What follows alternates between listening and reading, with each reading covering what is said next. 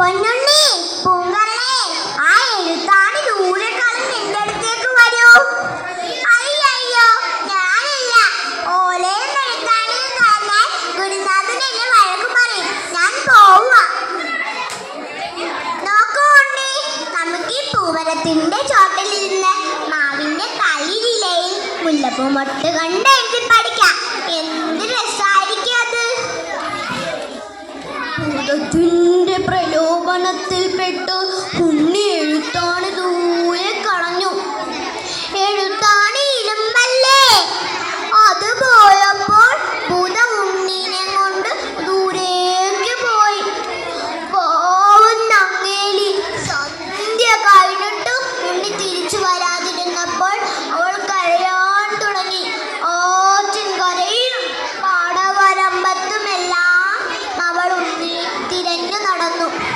ഉണ്ണി, ഉണ്ണി, എവിടെയാ നീ? അമ്മയുടെ പൊന്നുണ്ണി, എന്റെ ദൈവങ്ങളെ, എന്റെ ഉണ്ണിക്ക് എന്താ പറ്റിയത്? ഉണ്ണി, ഉണ്ണി. ഉണ്ണിയോടൊത്ത് പൂമാല കെട്ടി കളിക്കണ ഭൂതം ഞങ്ങേലിയുടെ കരച്ചില് കേട്ടു. അത് ഞങ്ങേലിനെ പേടിപ്പിച്ചോടിക്കാൻ നോക്കി.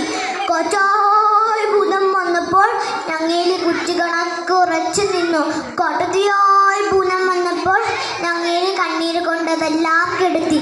നരിയായും പുലിയായും എല്ലാം ഭൂതം ചെന്നു. എങ്കിലും ഞങ്ങേലി പേടിക്കാതെ നിന്നു.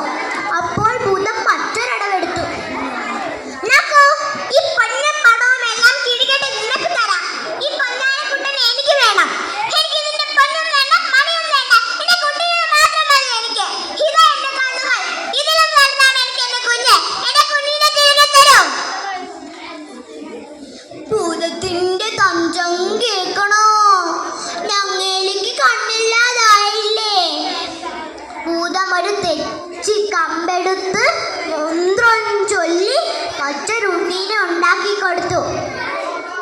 ഉണ്ണി, ഇതെന്റെ ഉണ്ണിയല്ല.